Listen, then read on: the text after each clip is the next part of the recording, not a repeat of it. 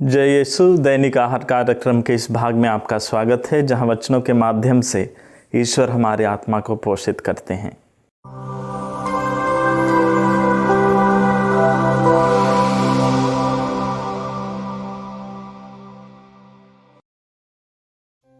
प्रिय भाइयों एवं बहनों, हमारे आसपास या हमारे पलियों में हमें कई सारे ऐसे लोग देखने को मिल जाते हैं जो हरदम गिरजा जाते हैं, प्रार्थना में समय बिताते हैं, अपनी कमाई का दशमांश देते हैं, दान करते हैं और सभी नियमों का यथासंभव पालन करते हुए बड़ी श्रद्धा और भक्ति से अपना जीवन यापन करते हैं। ऐसे लोगों को हम जब देखते हैं, उन्हें अपने आदर्श के रूप में देखते हैं और उनकी सराहना करते हैं, और करना भी चाहिए।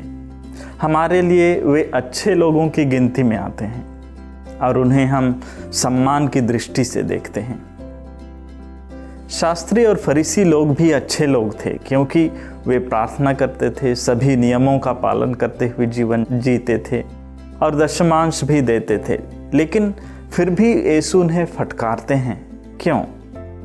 आज के सुसमाचार में स्पष्ट है, यीशु उनके दिखावे के लिए, उनके दोहरे स्वभाव के लिए उन्हें धिक्कारते हैं। वास्तव में वे जो भी करते थे अपने स्वार्थ के लिए करते थे, ईश्वर के प्रेम के लिए नहीं।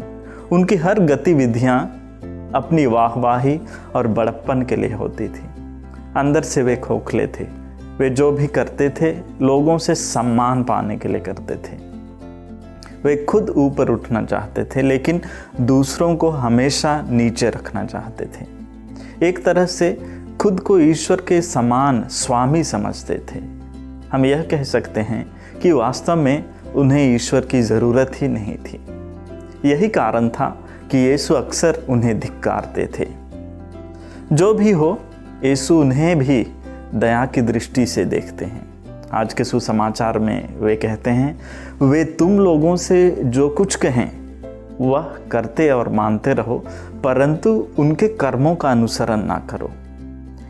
क्योंकि वे समाज में अगुवाई करने के लिए नियुक्त किए गए थे, और जो बोलते थे वह सही शिक्षा ही थी।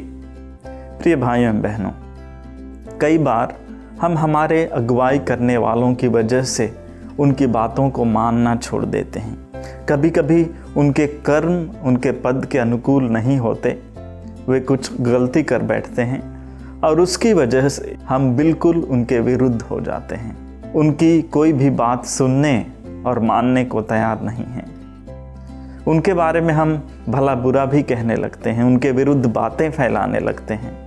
वे जो करते हैं हम वैसे बिल्कुल ना करें, उस मामले में हम उनका अनुसरण ना करें, लेकिन यीशु की तरह उन पर दया की दृष्टि से देखते हुए जो सही संदेश है उस पर चलने और उसे मानने की कोशिश करें।